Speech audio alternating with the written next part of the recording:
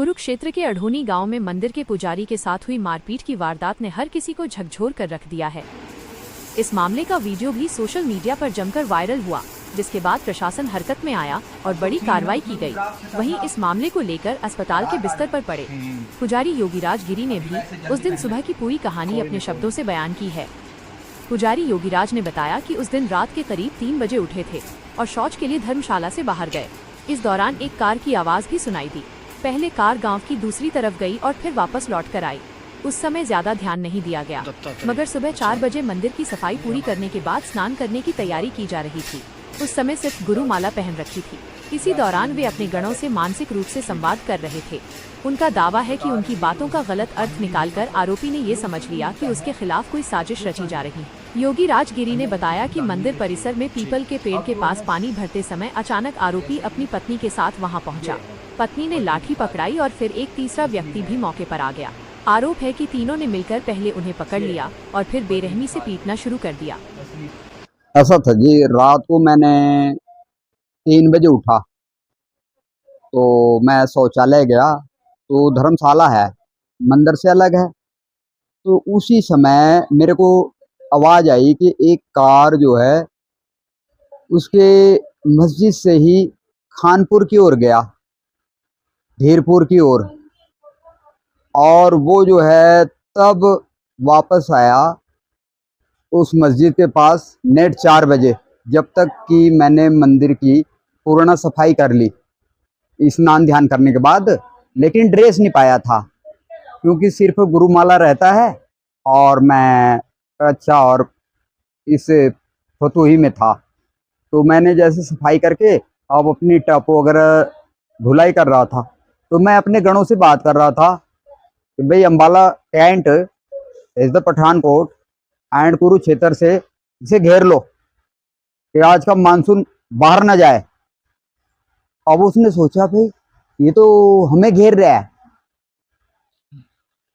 और उन्होंने उसी 4 बजे मैं अपना टब धोने के लिए अपने कमरे में जाने के लिए तैयार हुआ, पीपल के पास आया।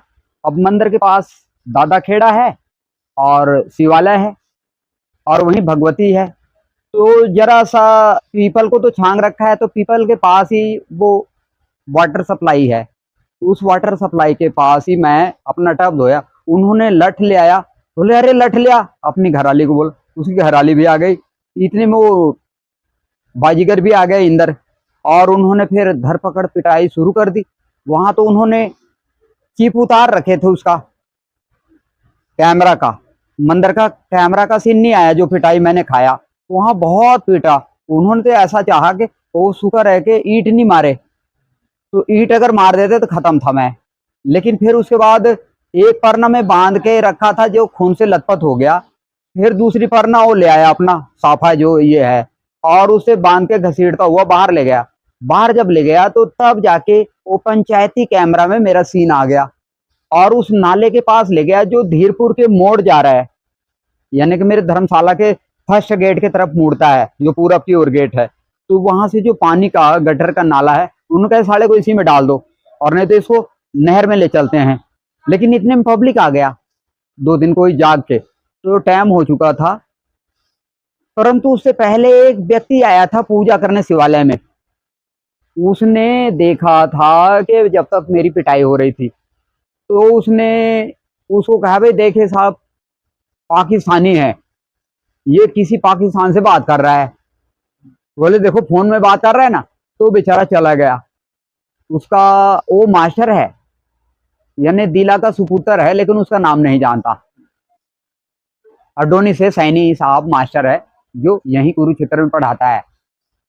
अब वो डर के मारे वो चला गया, उसने कुछ नहीं बोला उसके पक्ष में, क्योंकि वो जानता है कि ये नशेड़ी है। लेकिन जो नहर के गटर के पास जैसे कि नाले के पास पिटाई पड़ा, तो पब्लिक आ गया था, उनके सामने भी पीटा, बहुत लात मारा। जब तो ये मेरा बाँह जो है बंधा हुआ था, ये मोच से गुमटी ओर से छाती पाती सब, बोले इसको सारे को नाले में गिर दो, नू कह रहा था। तब तक वो पब्लिक आगे पीछे गए, बोले भाई ये पंकज तेरी गलती है, इसका बाबा का कोई गलती नहीं है, ये तेरा ही गलती है सरासर। उन्होंने यही बोला, लेकिन उन्होंने हाथ नहीं उठाया। क्यों? फिर जरा सा ठहर के उसको बोला भाई तू अंदर जा, अब बाबा को तो फिर उन्होंने उठा के मुझे धर्मशाला में ले आया, जिस धर्मशाला के कमरे में मैं रह रहा हूँ। उन्होंने कहा भाई ये बाबा आपके लिए नया कुटिया बनाया है।